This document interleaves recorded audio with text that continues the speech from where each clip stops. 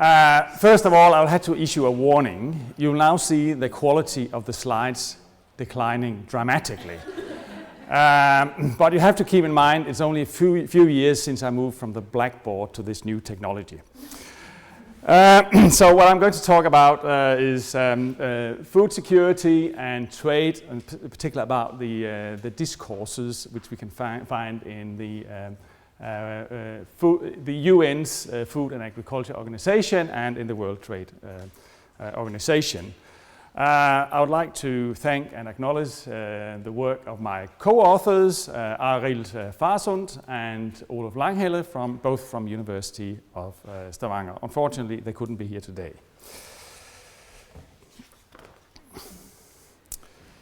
So, what we're looking at, as I briefly mentioned, how has the issue of food security and trade been discursively framed in the FAO and the World Trade Organization, previously the GATT. What do we mean by a discourse? A discourse is a shared way of looking at the world and a shared way of apprehending the world. It rests on some common definitions, judgments, assumptions, and contentions. We use these to interpret the bits of information that we actually receive, and we also use them to put this information into some coherent stories or narratives. Our approach in our paper reflects a broader ideational turn in policy studies, in which discourses, ideas, paradigms, values, belief systems, etc. are seen as important determinants of public policy and institutional design.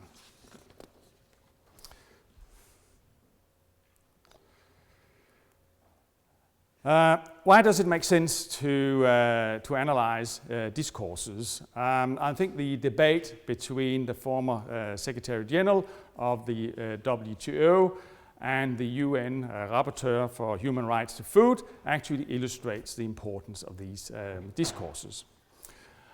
In 2011, there was an intense debate between these two people, and well, they have both retired from their positions, so the debate is not quite as intensive as it used to be, but it's still out there. So Pascal Lamy, the WTO Secretary General, actually emphasized the positive role that trade can play for food security. And well, his argument was based on the assumption that markets are perceived as basically being able to and capable of providing what society needs. Markets are basically stable. The Schutter clearly disagreed,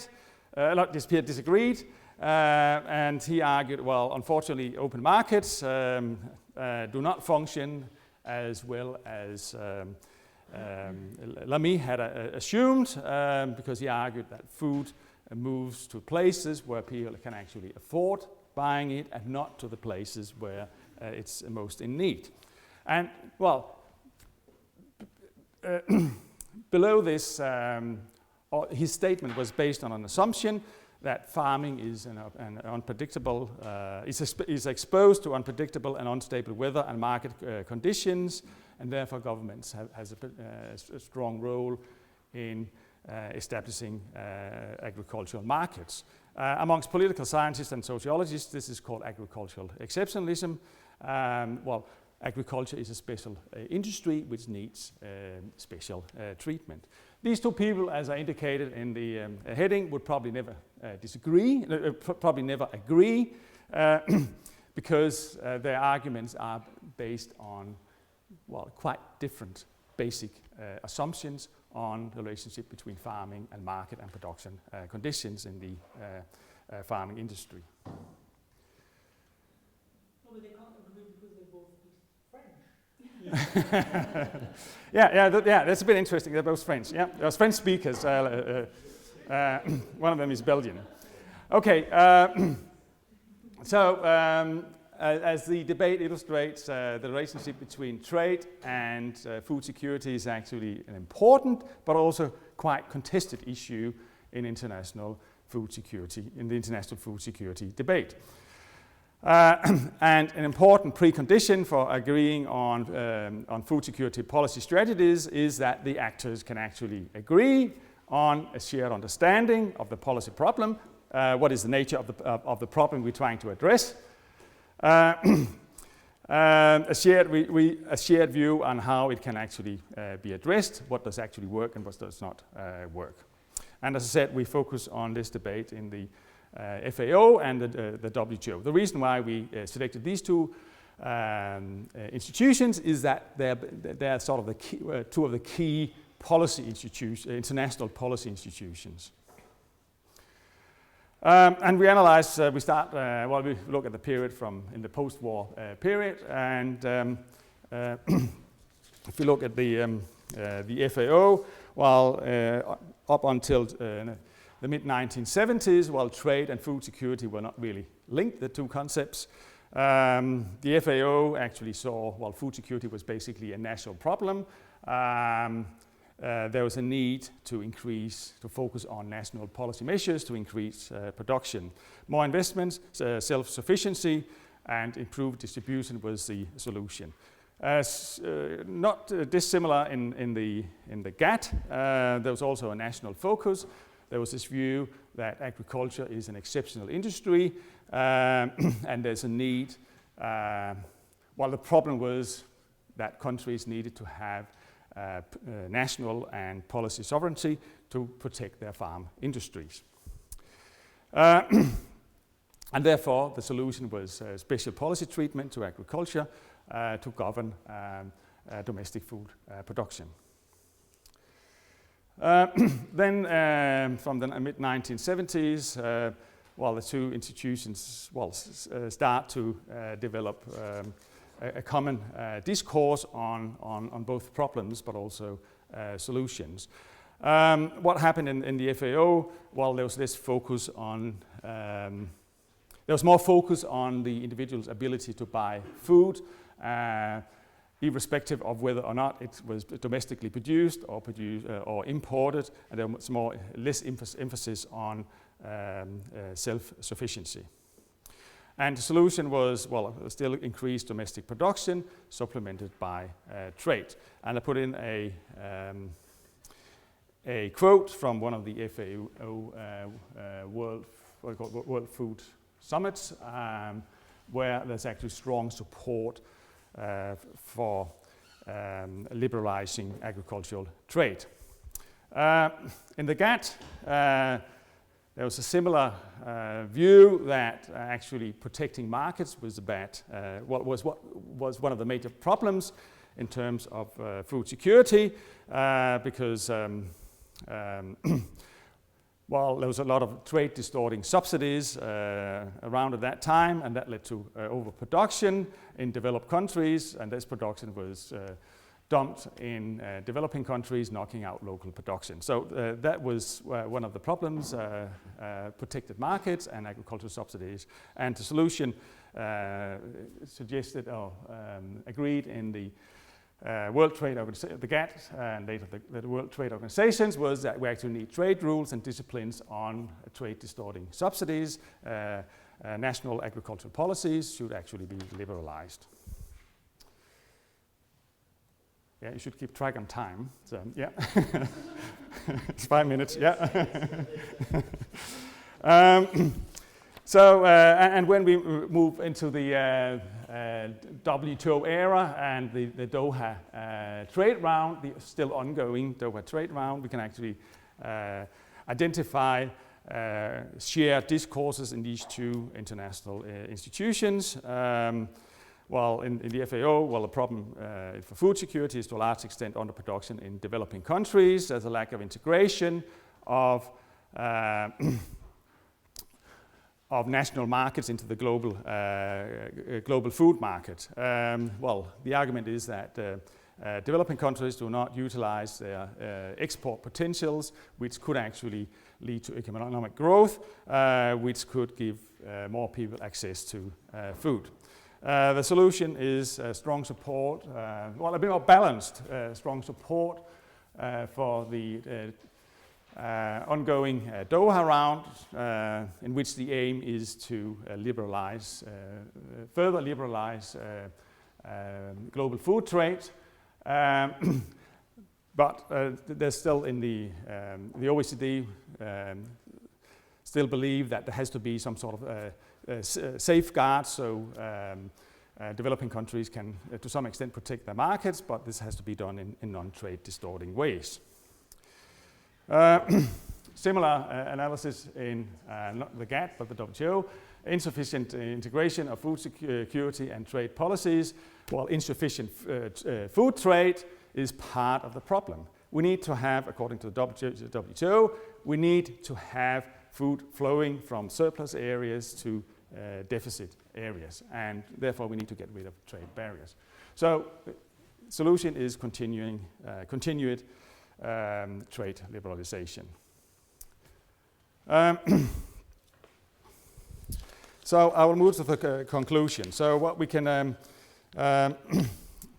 observe in these two organizations is that there's now actually a shared discourse on how trade can contribute positively to improving global food security. The FAO has actually aligned its discourse with the World Trade Organization. Well, actually, the Schutter's discourse has had limited impact on the FAO, actually.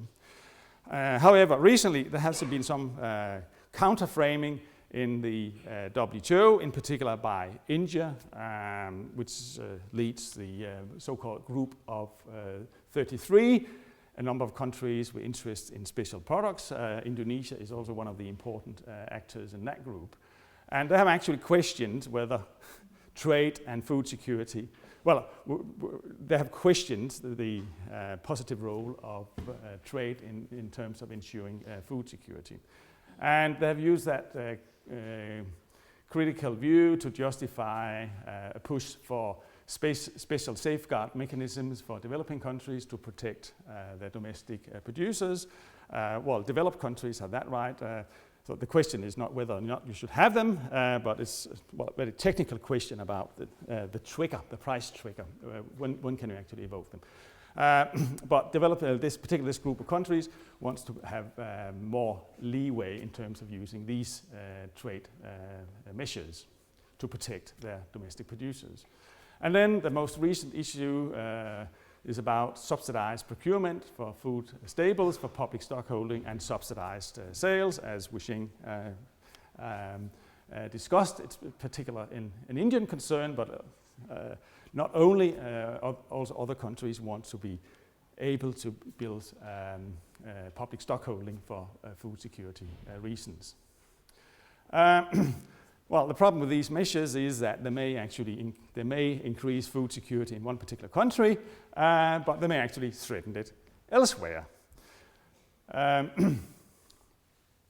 For instance, when countries build public stocks, there is a risk that it would generate surplus production, and that tends to be dumped in other countries, knocking out local production in other countries. For instance, Thailand had surplus productions which were sold in Vietnam with,